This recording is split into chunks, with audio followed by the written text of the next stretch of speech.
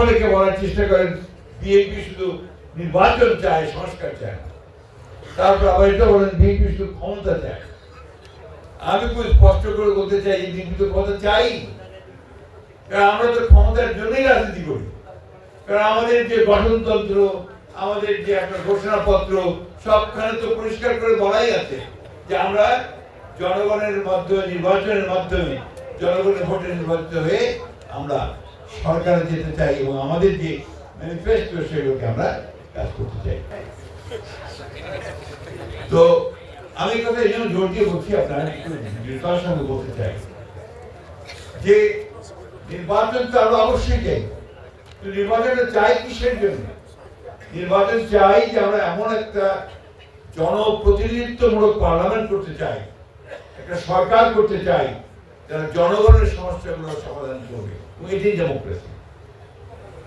এখন আপনার সংস্কার করতে হবে, আমরা তো সংস্কার চেয়েছি সবসময়, এবং অনেকে অনেকে বলছে যে আগে সংস্কার হবেই তারপরে নির্বাচন। তো সংস্কারটা একটা চলমান প্রক্রিয়া। সংস্কার করতে হতে হতে আপনার 5 বছর 10 বছর লাগতে পারে, চলমান। তাহলে নির্বাচন 10 বছর হবে না। আর এই 10 বছর কি ওই ফ্যাসিবাদী আমলাদের হাতে দেশ চলবে? এখন তো আমরা ফ্যাসিবাদী আমলাদের দ্বারাই পরিচালিত। সেক্রেটারিয়েটে আমলারা 90% আপনার ফ্যাসিবাদের দোষ। আপনারা এখন এখানে আলোচনা করলেন যে আপনাদের এই পাহাড়ে এখানে এখন অনেকেই আছেন যারা ফ্যাসিবাদের দোষ, তাই না? তাহলে এই অনির্দিষ্ট কালের জন্য একটা অনির্দিষ্ট অনিশ্চিত একটা অন্তর্বর্তী সরকার, এটা কি দেশের মানুষের জন্য কোনো উপকারে আসবে? আসতে পারে না।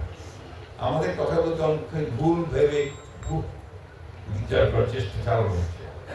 আমরা এটা জানি কেন করা হচ্ছে, কারণ গত পরশু সেটা প্রমাণিত হয়েছে যে দেশনেত্রী বেগম খালেদা জিয়া এই দেশের সবচেয়ে জনপ্রিয় রাজনৈতিক নেতা। প্রমাণিত হয়েছে যে বিএনপি হচ্ছে সবচেয়ে দেশের বড় লার্জ হচ্ছে আপনার একটা গণতান্ত্রিক রাজনৈতিক দল।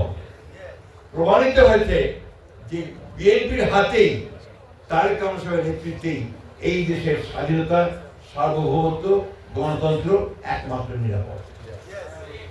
আমি বক্তব্য বাড়াবো না, আমি শুধু কয়েকটা প্রশ্ন করতে চাই আজকে আপনাদের মাধ্যমে আমাদের অন্তর্বর্তীকালীন সরকারকে।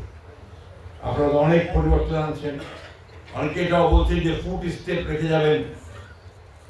অর্থনীতির কি পরিবর্তন হয়েছে আপনারা ভালো করে জানবেন, বুঝবেন। আমার প্রশ্নটা ওই জায়গায়, ইনভেস্টমেন্টের কি হয়েছে? আমি আজকেই পত্রিকায় দেখলাম যে আপনার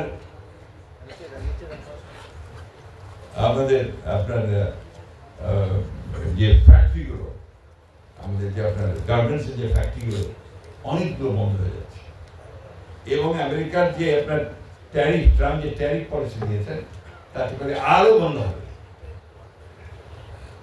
নতুন কোন ইনভেস্টমেন্ট করছেন না, পরিষ্কার করে বলছেন একটা গণতান্ত্রিক সরকার ছাড়া, ইলেকটেড গভর্নমেন্ট ছাড়া আমরা কোনো বিনিয়োগ করব না, পরিষ্কার করে বলছেন, বাইরের মধ্যে শেষ করে। ইনফ্লেশন তো কমেনি, ব্যাংকের অবস্থা তো ভালো হয়নি, এখন তো একই রকম ব্যাংক অবস্থা থেকে গেছে।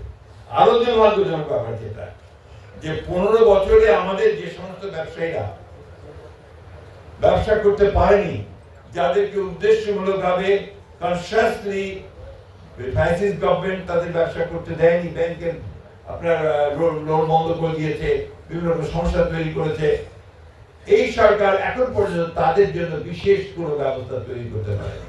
উপরন্তু সব ব্যাংকগুলোকে একইভাবে দেখা হচ্ছে, যারা ডিফল্ট করেছে, যারা ফেল করেছে তাদেরকে যেভাবে দেখা হচ্ছে, আবার যে ভালো করেছে তাদেরকে একইভাবে দেখা হচ্ছে।